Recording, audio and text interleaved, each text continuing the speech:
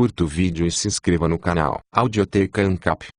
Audioteca apresenta Uma teoria do socialismo e do capitalismo. Hans Hermann Hoppe. Produção capitalista e o problema do monopólio.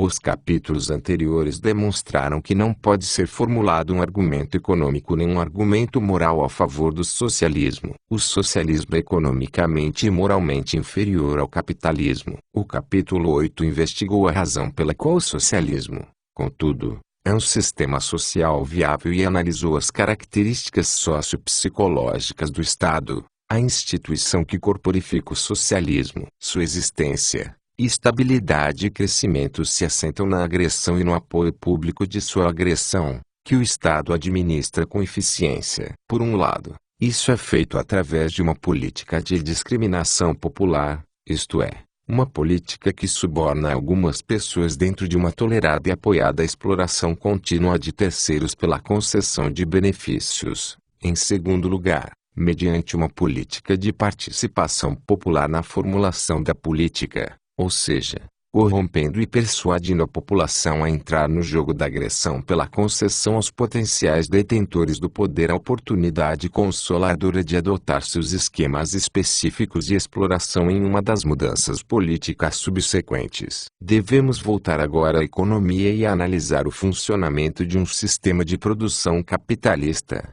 uma economia de mercado, como alternativa ao socialismo, trazendo desse modo e de maneira construtiva o meu argumento contra o socialismo e assim fechar o círculo. Enquanto o capítulo final será dedicado à questão de como o capitalismo resolve o problema da produção dos chamados bens públicos, este capítulo irá explicar o que poderia ser denominado de funcionamento normal da produção capitalista e diferenciá-lo do funcionamento normal de um sistema de produção estatal ou social. Nós, portanto, voltaremos àquilo que é geralmente considerado como um problema supostamente especial que mostra uma deficiência econômica peculiar num sistema puro de produção capitalista, o suposto problema da produção monopolística. Ignorando por enquanto os problemas especiais do monopólio e da produção de bens públicos, iremos demonstrar por que o capitalismo é economicamente superior quando comparado à sua alternativa por três razões estruturais. A primeira é que só o capitalismo pode alocar racionalmente,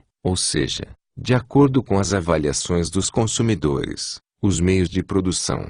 A segunda é que só o capitalismo pode assegurar que, com a qualidade das pessoas e a alocação dos recursos que estão sendo dadas, a qualidade da produção realizada atinge seu nível ótimo na medida em que é novamente julgado segundo as avaliações dos consumidores. E a terceira que, considerando uma determinada alocação dos fatores de produção e a qualidade da produção, e mais uma vez julgado de acordo com as avaliações dos consumidores, só o sistema de mercado pode garantir que o valor dos fatores de produção seja conservado de forma eficiente ao longo do tempo. Na medida em que produza para um mercado, ou seja, para troca com outras pessoas ou empresas e esteja sujeita à regra da não agressão contra a propriedade dos proprietários naturais, cada empresa utilizará seus recursos para a produção desses bens na quantidade que promete antecipadamente um lucro com as vendas que superarem, tanto quanto possível, os custos envolvidos no uso desses recursos. Se não fosse assim, uma empresa utilizaria seus recursos para a produção de diferentes quantidades desses bens ou de bens completamente diferentes. E cada empresa tem que decidir repetidamente se uma determinada alocação ou uso de seus meios de produção devem ser mantidos e reproduzidos ou se, devido a uma mudança na demanda ou na antecipação dessa mudança, está definida uma realocação para diferentes usos. A questão de se os recursos foram ou não utilizados da maneira a se obter o maior valor produtivo, a forma mais lucrativa, ou se uma determinada realocação era mais econômica, poderia, obviamente, só ser decidida num futuro mais ou menos distante sob qualquer sistema social ou econômico concebível, porque o tempo invariavelmente é necessário para produzir um produto e colocá-lo no mercado. Porém, isso é decisivo, Para cada empresa há um critério objetivo para decidir em que medida as suas decisões alocacionais anteriores estavam certas ou erradas. A contabilidade nos informa, e, em princípio, ninguém que quisesse fazê-lo poderia verificar e analisar essa informação, se, e em que medida, uma determinada alocação dos fatores de produção era ou não economicamente racional, não apenas para as empresas em geral, mas para cada uma de suas subunidades, na medida em que os preços de mercado existem para os fatores de produção nele utilizados. Uma vez que o critério lucro-prejuízo é um critério ex post, depois do evento, e tem que ser necessariamente assim sob qualquer sistema de produção devido ao fator tempo envolvido na produção, pode não ser de qualquer ajuda na decisão sobre as alocações futuras ex ante, antes do evento. Todavia, do ponto de vista dos consumidores,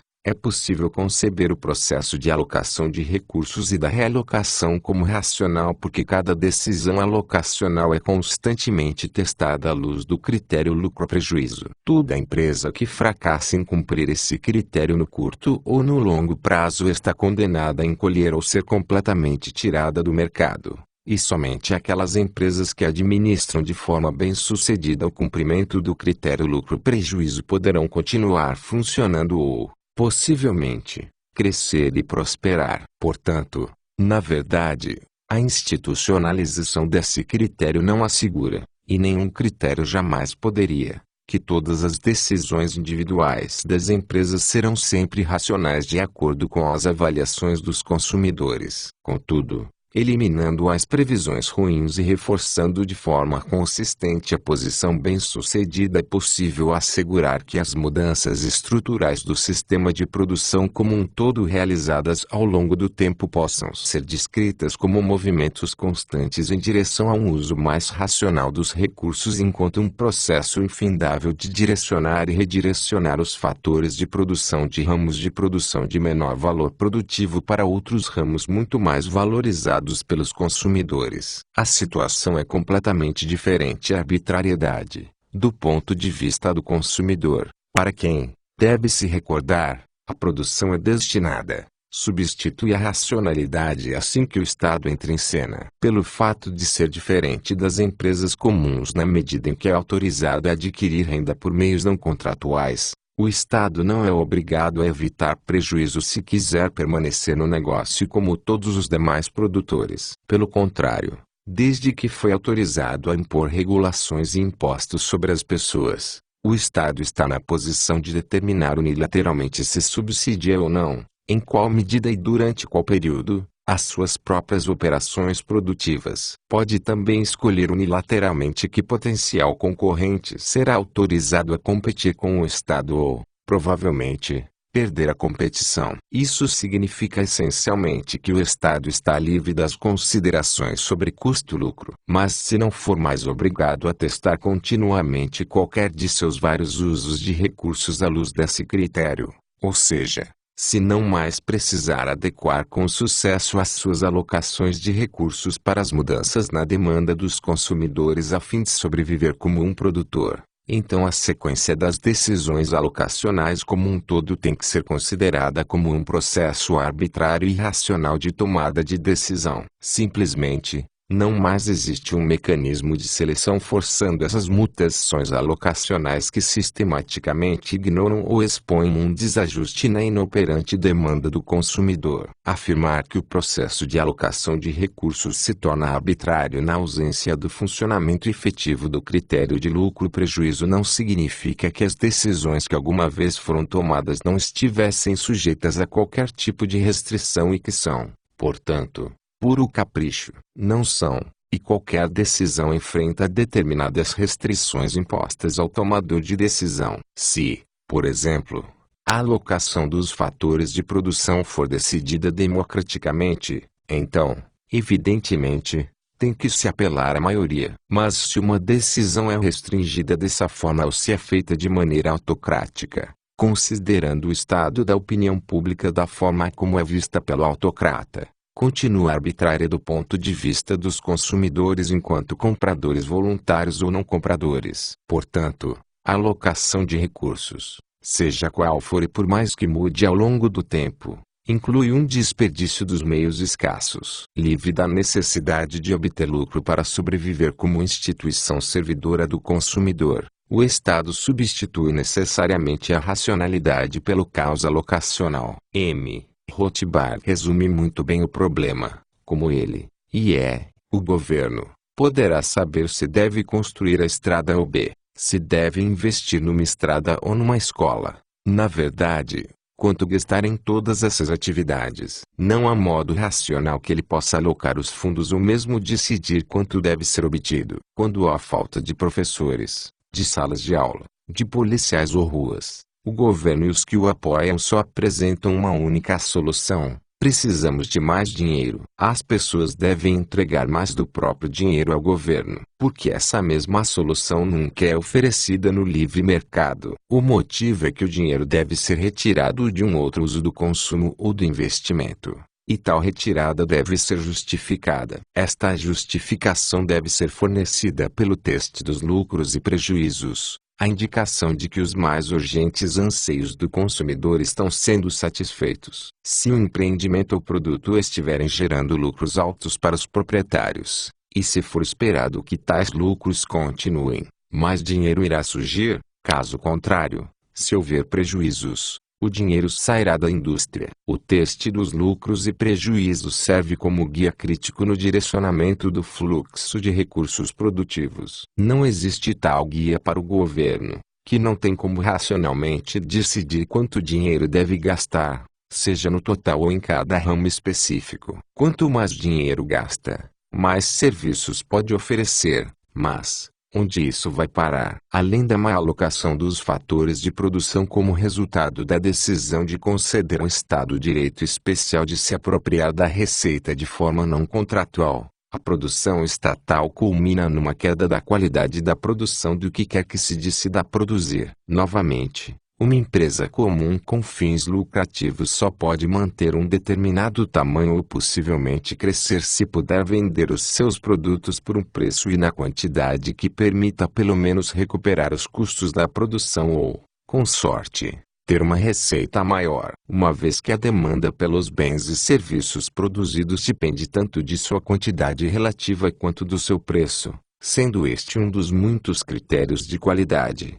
Segundo a percepção dos potenciais compradores, os produtores têm que estar constantemente preocupados com a qualidade percebida do produto ou com o barateamento do produto. Para garantir sua continuidade, uma empresa exclusivamente dependente das compras voluntárias dos consumidores. Assim, não há um padrão de qualidade arbitrariamente definido para um empreendimento capitalista, incluindo os chamados padrões científicos e tecnológicos de qualidade, e estabelecido por um suposto especialista ou por um comitê de especialistas. Para isso há apenas a qualidade segundo a percepção e julgamento dos consumidores. Mais uma vez, esse critério não impede que haja produtos de baixa qualidade ou produtos e serviços muito caros, pois a produção leva tempo e o teste de venda só ocorre depois que os produtos são lançados no mercado. E tem que ser assim sob qualquer sistema de bens de produção. Contudo, o fato de que todo empreendimento capitalista deve se submeter e passar no teste de vendas para evitar ser eliminado do mercado garante uma posição de soberania para os consumidores e para suas avaliações. Só se a qualidade do produto for constantemente aprovada e adequada aos gostos dos consumidores é que uma empresa pode continuar atuando no mercado e prosperando. A história é muito diferente quando a produção de bens é realizada pelo Estado, uma vez que a receita se torna independente do custo de cobertura das vendas, como é tipicamente o caso quando o Estado produz um bem. Não há mais razão para que o produtor fique preocupado com a qualidade do produto da mesma forma que ficaria uma instituição que depende das vendas. Se o rendimento futuro do produtor puder ser assegurado, independentemente se estiver de acordo com as avaliações dos consumidores de que os produtos e serviços produzidos merecem o seu dinheiro, por qual razão empreender esforços especiais para melhorar alguma coisa? Mais especificamente, Mesmo que se considere que os servidores do Estado como uma empresa produtiva com o direito de impor o pagamento de impostos e de regular unilateralmente a competitividade de seus potenciais rivais, sejam, na média, tão interessados ou desinteressados no trabalho quanto aqueles que trabalham numa empresa que depende do lucro, e se, além disso, se considerar que ambos os grupos de funcionários públicos e trabalhadores privados estão, na média, igualmente interessados ou desinteressados no aumento ou na redução de seus rendimentos, então, a qualidade dos produtos, medida de acordo com a demanda dos consumidores e revelada pelas compras reais, tem que ser inferior naqueles produzidos numa empresa estatal do que os fabricados numa empresa privada, pois a renda dos funcionários públicos estaria menos dependentes da qualidade do produto. Consequentemente, eles tenderiam a dedicar relativamente menos esforços para produzir produtos de qualidade e a dedicar mais tempo e esforços para fazer o que eles querem, mas não necessariamente o que deseja o consumidor. Só se as pessoas que trabalham para o Estado fossem sobre-humanas ou geniais, enquanto todo mundo seria simplesmente comum, um ser humano inferior, o resultado poderia ser diferente. No entanto, haveria de novo o mesmo resultado, ou seja, a inferioridade da qualidade do produto de quaisquer bens produzidos pelo Estado, mesmo que a raça humana como um todo melhorasse de alguma forma. Se trabalhassem para uma empresa estatal, até mesmo os anjos produziriam um resultado de qualidade inferior ao de seus colegas anjos da iniciativa privada, se o trabalho significou para eles uma desutilidade mínima. Finalmente, além do fato de que só o sistema de mercado pode assegurar uma alocação racional dos recursos escassos, e que somente as empresas capitalistas podem garantir a fabricação de produtos que pode ser considerado de ótima qualidade, há uma terceira razão estrutural para a realmente insuperável superioridade econômica de um sistema capitalista de produção. Somente através do funcionamento das forças de mercado é possível utilizar ao longo do tempo os recursos de forma eficiente numa determinada alocação, ou seja, evitar a superutilização tanto quanto a subutilização. Esse problema já foi tratado no capítulo 13 em relação ao socialismo de estilo russo. Quais são as restrições institucionais de uma empresa comum com fins lucrativos em suas decisões sobre o grau de exploração ou conservação de seus recursos num ramo de produção específico no qual elas passam a ser utilizadas? Evidentemente, o proprietário de uma empresa possuiria os fatores de produção ou os recursos tanto quanto os produtos produzidos com ambos. Assim, a sua renda, usada aqui no sentido mais amplo do termo, consiste de duas partes: a renda que é recebida das vendas dos produtos produzidos após diversos custos de operação terem sido subtraídos,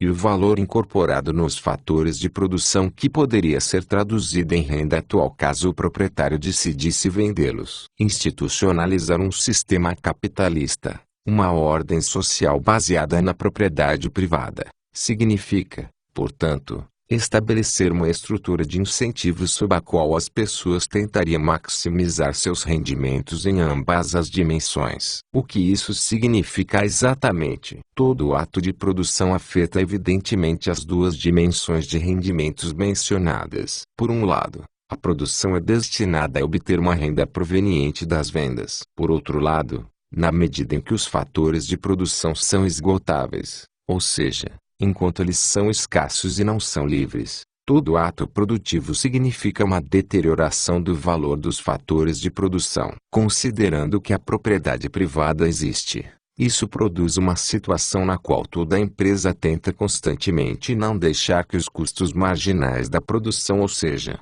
a queda no valor dos recursos resultantes do seu uso, se tornem maiores do que a receita marginal do produto, e onde, com a ajuda da contabilidade, existe um instrumento para verificar o sucesso ou o fracasso dessas tentativas. Se um produtor não for bem-sucedido nessa tarefa e a queda no valor do capital for maior do que o aumento da renda proveniente das vendas, o rendimento total do proprietário, no mais amplo sentido do termo, seria reduzido. Portanto, A propriedade privada é um dispositivo institucional para salvaguardar um estoque existente de capital de ser excessivamente explorado ou para punir um proprietário por deixar isso acontecer através de perdas no rendimento. Isto ajuda a permitir que os valores produzidos sejam maiores do que os valores destruídos durante a produção. Em particular, a propriedade privada é uma instituição na qual um incentivo é estabelecido para adequar de forma eficiente o grau de conservação ou de consumo de um determinado estoque de capital num ramo de produção específico para as mudanças antecipadas de preço. Se,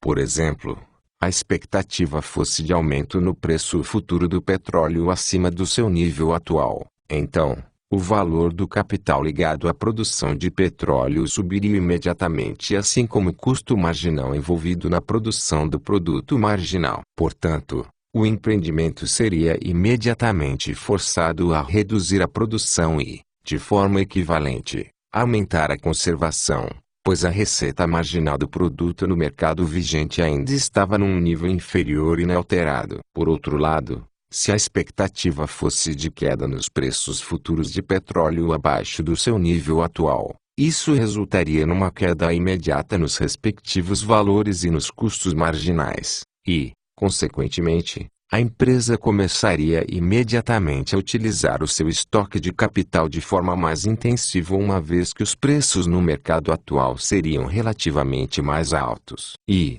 na verdade, essas duas reações são exatamente as desejáveis do ponto de vista dos consumidores. Se o modo de funcionamento do sistema de produção capitalista comparado com a circunstância que se institucionaliza sempre que o Estado cuida dos meios de produção, surgem diferenças impressionantes. Isso é especialmente verdadeiro quando o Estado é uma moderna democracia parlamentar. Neste caso, os gestores de uma empresa podem ter o direito de receber as receitas provenientes das vendas, após subtrair os custos de operação, mas, e isso é decisivo, eles não têm o direito de se apropriar de forma privada das receitas de uma possível venda dos fatores de produção. Num ambiente como este, o incentivo para usar economicamente ao longo do tempo um determinado estoque de capital é drasticamente reduzido. Por quê? Porque se houver o direito de apropriação privada dos rendimentos provenientes das vendas,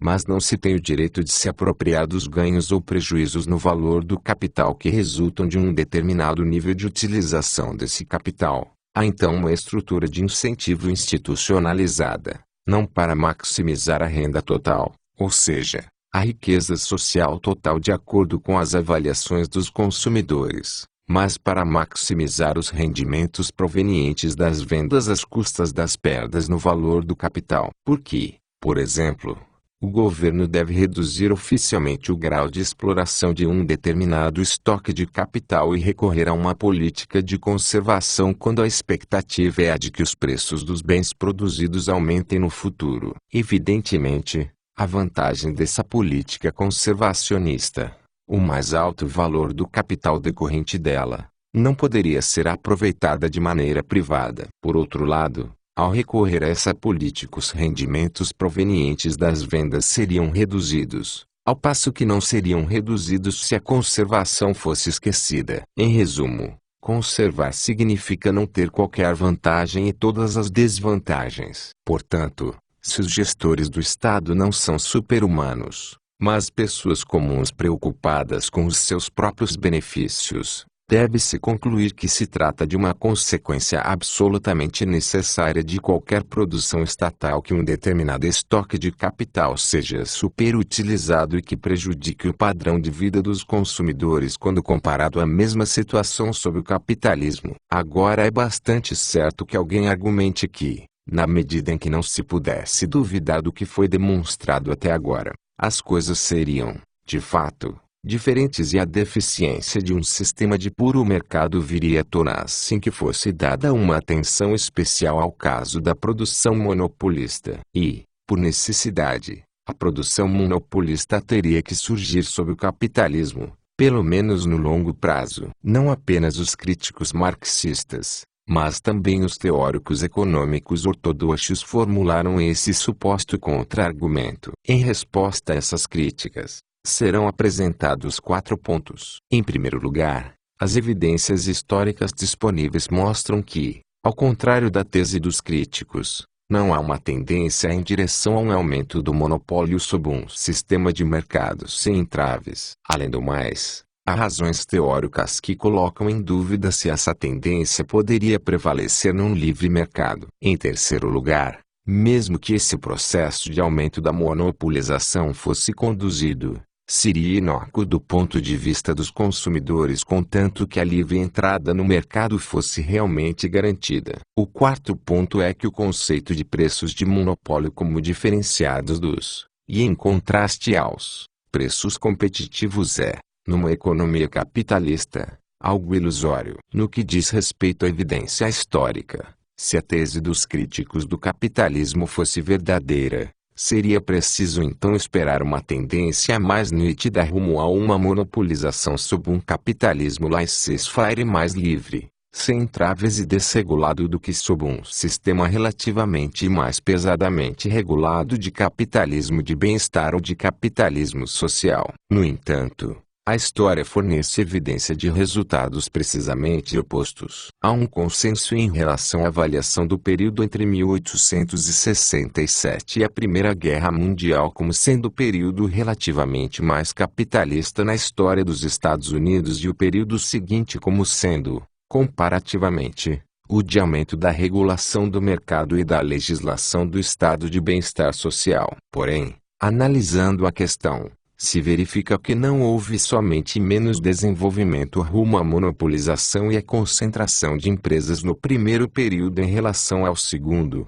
mas também que durante o primeiro período era possível observar uma tendência constante para uma concorrência mais séria com os preços de quase todos os bens caindo continuamente. E essa tendência só foi interrompida e revertida quando no decorrer do tempo o sistema de mercado foi muito mais obstruído e destruído pela intervenção do Estado. O crescimento da monopolização só se estabeleceu quando os principais empresários conseguiram persuadir o governo a interferir no sistema de concorrência feroz e aprovar uma legislação reguladora, impondo um sistema de concorrência ordeira para proteger as grandes empresas da chamada concorrência cruel que nascia continuamente em torno delas.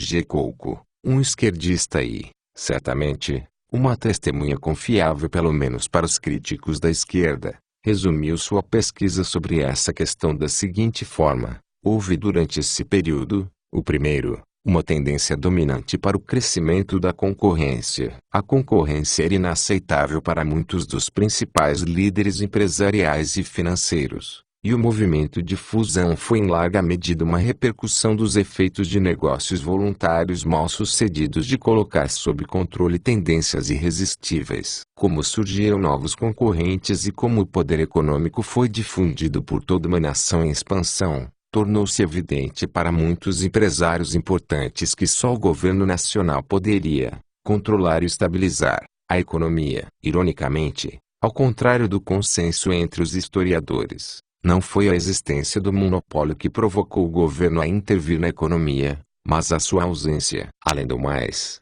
essas descobertas, que estão em clara contradição com a maior parte do conhecimento vulgar sobre a questão, estão apoiadas em considerações teóricas. Monopolização significa que algum fator específico de produção é retirado da esfera do mercado. Não há comércio de fator, mas somente o proprietário desse fator se dedicando à restrição do comércio. Agora, se assim, então não existe preço de mercado para esse fator de produção monopolizado. Mas se não há preço de mercado para esse fator, o proprietário do fator também não pode mais aferir os custos monetários envolvidos ao retê-lo fora do mercado e utilizá-lo como costuma fazer. Em outras palavras, ele não pode mais calcular seus lucros e se certificar que, mesmo que somente ex post facto, está realmente obtendo dos seus investimentos os mais altos lucros possíveis. Assim, desde que o empreendedor estivesse realmente interessado em produzir o mais alto lucro possível,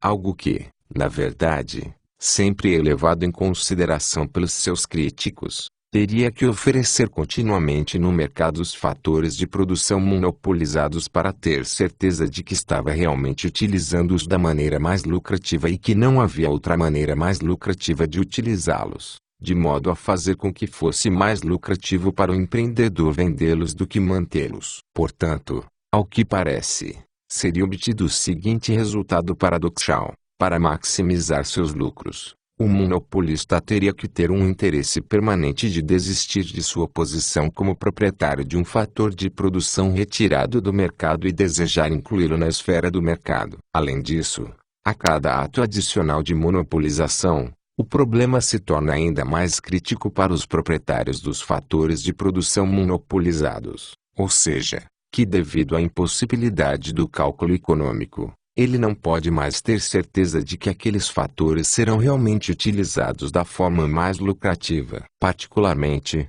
isso ocorre dessa forma porque, realisticamente, deve-se considerar que o monopolista não só não é onisciente, mas que seu conhecimento em relação aos bens e serviços que vão competir futuramente pelos consumidores dos mercados futuros se torna ainda mais limitado, assim como o processo de desenvolvimento da monopolização. Como os fatores de produção são retirados do mercado e como o círculo de consumidores atendidos pelos bens produzidos com esses fatores é ampliado, será menos provável que o monopolista, incapaz de utilizar o cálculo econômico, possa continuar controlando todas as informações relevantes e necessárias para identificar os usos mais lucrativos para seus fatores de produção. Pelo contrário, se torna mais provável no decorrer desse processo de monopolização que outras pessoas ou grupos de pessoas, considerando o seu desejo comum para produzir lucros ao se dedicarem à produção, observem formas mais lucrativas de empregar os fatores de produção monopolizados. Não necessariamente por serem os melhores empreendedores,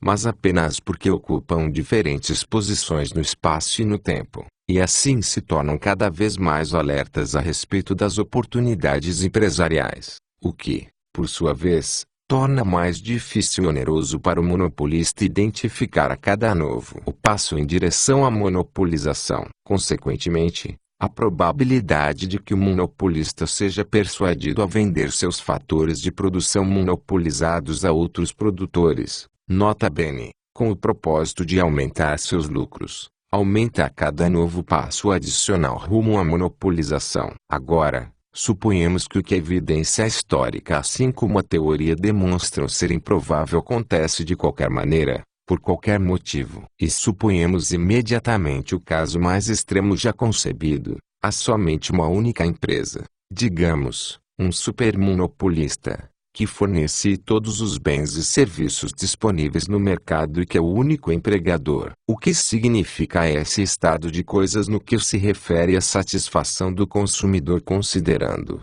obviamente, que o supermonopolista conquistou a sua posição e a manteve sem recorrer à agressão. Por um lado, significa evidentemente que ninguém tem qualquer reivindicação válida contra o proprietário dessa empresa, que, de fato, pertence a ele. E, por outro lado, significa que não há violação do direito de qualquer pessoa de boicotar qualquer eventual troca. Ninguém é obrigado a trabalhar para o monopolista ou comprar qualquer coisa dele, e todo mundo pode fazer o que quiser com seus ganhos provenientes dos trabalhos que realizou. Pode gastá-los ou poupá-los, usá-los com objetivos produtivos ou não produtivos, ou se associar com outras pessoas e juntar os recursos financeiros para qualquer tipo de empreendimento conjunto, joint venture. Mas, se fosse assim, a existência de um monopólio só nos permitiria dizer que, claramente, o monopolista não poderia ver qualquer chance de melhorar a sua renda com a venda de todos ou de parte de seus meios de produção.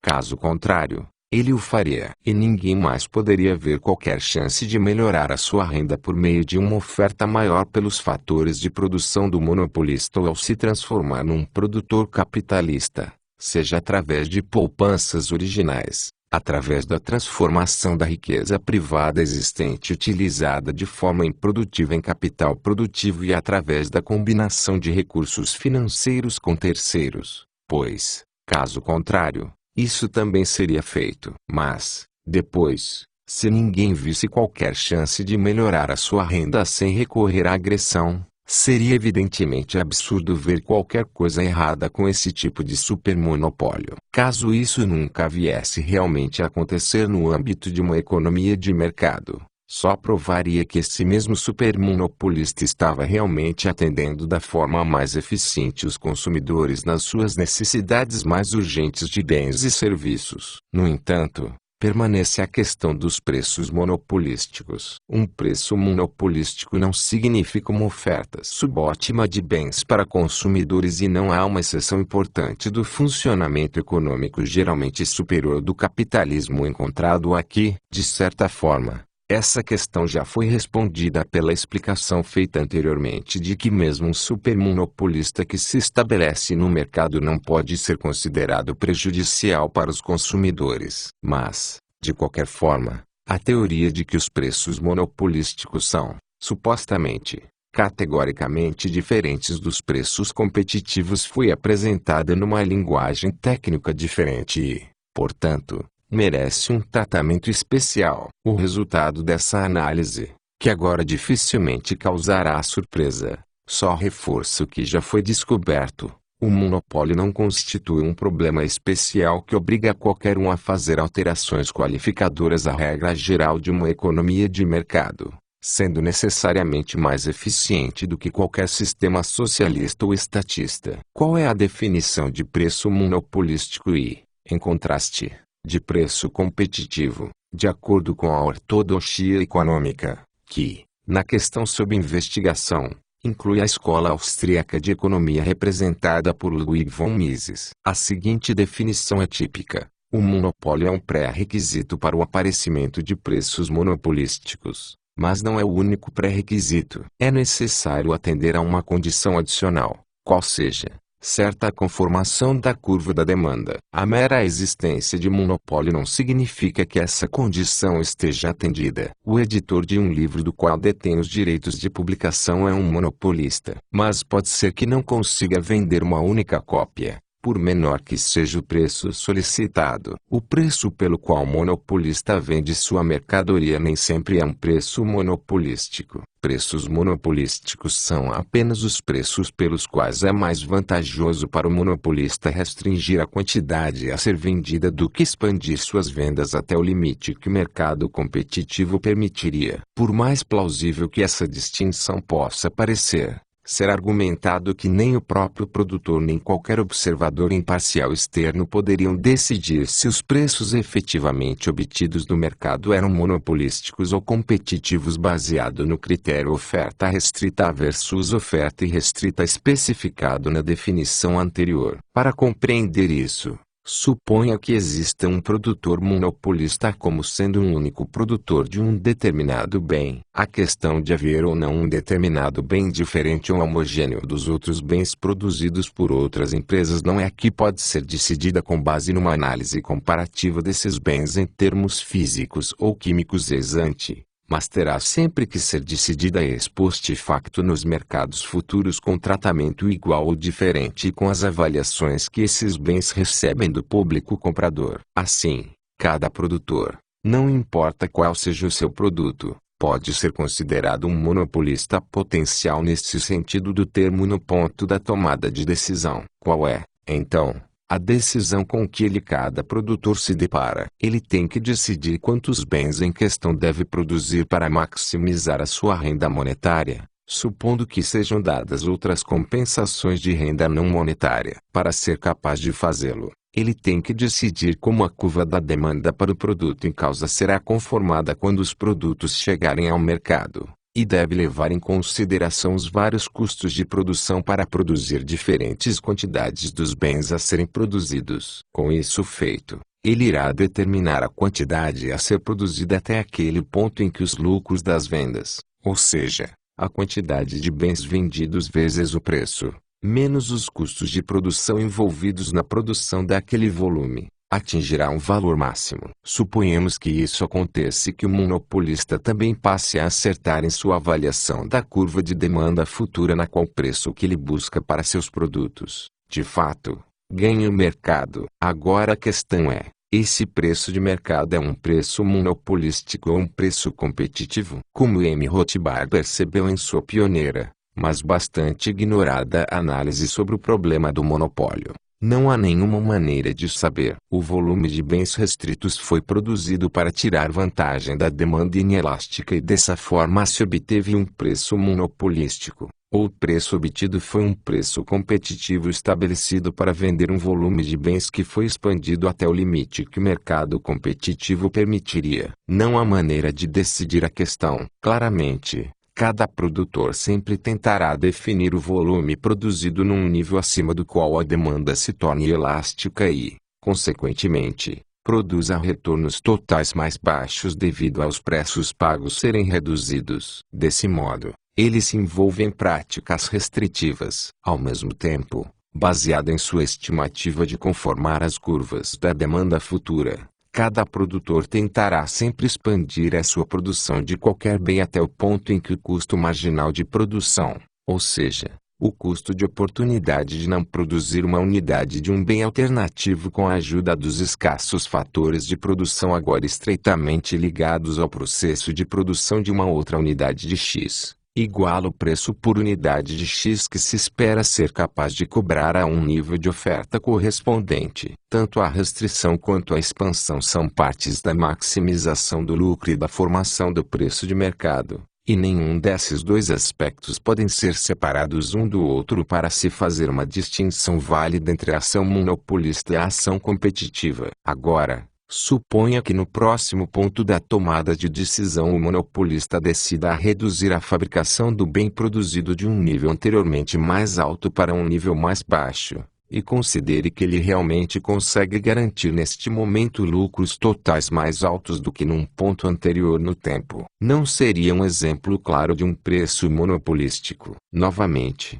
a resposta tem que ser negativa. E dessa vez, a razão seria o aspecto indistinguível dessa restrição realocacional de uma realocação normal que leva em consideração as mudanças na demanda. Todo evento que pode ser interpretado de uma determinada forma também pode sê-lo de outra maneira, e não há meios de decidir a questão, pois, mais uma vez, ambos são essencialmente dois aspectos da mesma coisa, da ação de escolher o mesmo resultado, ou seja, uma restrição da oferta associada não apenas aos preços mais altos, mas aos preços altos o suficiente para aumentar a receita total das vendas. Ocorreria se um monopolista que, por exemplo, produz um tipo único de maçãs se depara com um aumento na demanda por maçãs, um deslocamento para cima na curva de demanda, e, simultaneamente, um aumento ainda maior na demanda por laranjas, e um deslocamento para cima ainda mais drástico na curva de demanda. Nessa situação,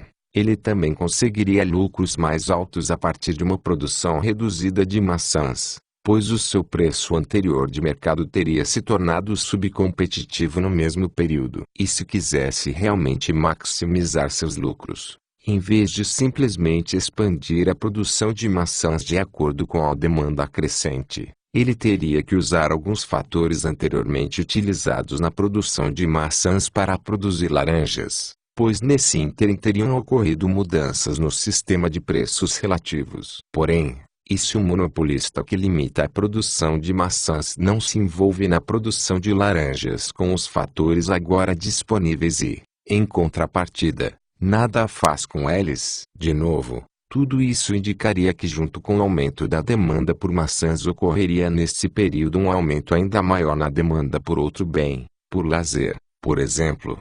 Mais precisamente, a demanda do monopolista, que também é um consumidor, por lazer. A explicação para a oferta limitada de maçãs está nas alterações no preço relativo do lazer, em vez das laranjas, na comparação com outros bens. Nem da perspectiva do próprio monopolista nem da de qualquer observador externo a ação restritiva poderia ser conceitualmente diferenciada das realocações normais que apenas acompanham as mudanças antecipadas na demanda. Toda vez que o monopolista se envolve em atividades restritivas que são acompanhadas por preços mais altos, ele deve, por definição, utilizar os fatores liberados para outros fins muito mais valorizados, o que significa que ele se adequa às mudanças na demanda relativa. Segundo M. Rothbard, não podemos usar a restrição da produção como teste do preço monopolístico vs. Preço competitivo. Um movimento de um preço subcompetitivo para um preço competitivo também envolve uma restrição da produção desse bem associado, é claro, a uma expansão da produção em outros ramos de atividades pelos fatores que foram liberados. Não há nenhuma maneira de distinguir essa restrição da expansão, que é a consequência natural da suposta situação de preço monopolístico. Se a restrição é acompanhada por um aumento de lazer para o proprietário do fator trabalho em vez do aumento da produção de algum outro bem no mercado, ainda se trata da expansão do rendimento de um bem de consumo, o lazer. Ainda não há uma forma de determinar se a restrição resultou num preço monopolístico ou num preço competitivo, ou em que medida a causa estava envolvida no aumento do lazer. Definir um preço monopolístico como um preço alcançado pela venda de uma quantidade menor de um produto por um preço mais alto, por essa razão, não tem qualquer sentido, uma vez que a mesma definição se aplica ao preço competitivo quando comparado ao preço subcompetitivo. A análise da questão do monopólio não fornece qualquer razão para modificar a descrição feita anteriormente sobre a forma como a economia de puro mercado normalmente funciona e a sua superioridade sobre qualquer tipo de sistema de produção socialista ou estatista. Não é apenas altamente improvável, tanto empiricamente quanto teoricamente, ocorrer um processo de monopolização, mas, mesmo que ocorresse, seria inofensivo do ponto de vista dos consumidores. No âmbito de um sistema de mercado, um preço monopolístico restritivo não poderia ser distinguido do aumento do preço normal decorrente de uma demanda mais elevada e de alterações nos preços relativos. E como toda ação restritiva é simultaneamente expansionista, é simplesmente absurdo afirmar que a redução da produção em um ramo de produção associado a um aumento na receita total significa uma má distribuição dos fatores de produção e uma exploração dos consumidores. O equívoco presente nesse raciocínio foi corretamente demonstrado no seguinte trecho de um dos trabalhos tardios de L.V. Mises, no qual ele refuta implicitamente a sua própria posição ortodoxa já mencionada em relação ao problema monopólio-preço. Mises afirma a um empreendedor que tem 100 unidades de capital à sua disposição e emprega, por exemplo, 50 unidades para a produção de P e 50 unidades para a produção de Q. Se ambas são lucrativas, é estranho culpá-lo por não ter empregado mais, por exemplo, 75 unidades para a produção de P. Ele poderia aumentar a produção de P apenas pela redução correspondente da produção de Q. Mas, no que se refere a Q, a mesma falha poderia ser encontrada entre os descontentes. Se o empreendedor é responsabilizado por não ter produzido mais P, deve-se responsabilizá-lo também por não ter produzido mais Q. Isso significa que se responsabiliza o empreendedor pelo fato de que há uma escassez dos fatores de produção e que a terra não é a de Cocagne. Não existe o problema do monopólio como um problema especial dos mercados que exige uma ação estatal para ser resolvido. De fato, só quando o Estado entra em cena é que surge um problema real, não ilusório, do monopólio dos preços monopolísticos. O Estado é a única empresa cujos preços e práticas empresariais podem ser conceitualmente diferenciadas de todos os outros preços e práticas, e cujos preços e práticas podem ser classificados como muito altos ou exploração de uma maneira completamente objetiva e não arbitrária. São preços e práticas que os consumidores não desejam voluntariamente aceitar e pagar, mas que são forçados a fazê-los mediante ameaças de violência. E só de uma instituição tão privilegiada quanto o Estado também é normal esperar e constatar um processo permanente de aumento da monopolização e da concentração. Na comparação com outras empresas, que estão sujeitas ao controle dos consumidores compradores ou não compradores voluntários, a empresa-estado é uma organização que pode tributar as pessoas e não precisa aguardar que elas aceitem o imposto, e pode impor regulações sobre o uso que as pessoas fazem de sua propriedade sem que seja preciso obter o seu consentimento. Isso, evidentemente, dá ao Estado uma enorme vantagem na competição pelos recursos escassos na comparação com outras instituições. Se apenas se considera que os representantes do Estado são igualmente impulsionados pelo lucro como qualquer outra pessoa, Deduz-se dessa posição privilegiada que a organização-Estado deva ter uma tendência relativamente mais evidente para o crescimento do que qualquer outra organização. E, realmente, enquanto não havia evidência para a tese de que o sistema de mercado provocaria uma tendência para o crescimento do monopólio, a tese de que um sistema estatista produziria é amplamente apoiada pela experiência histórica.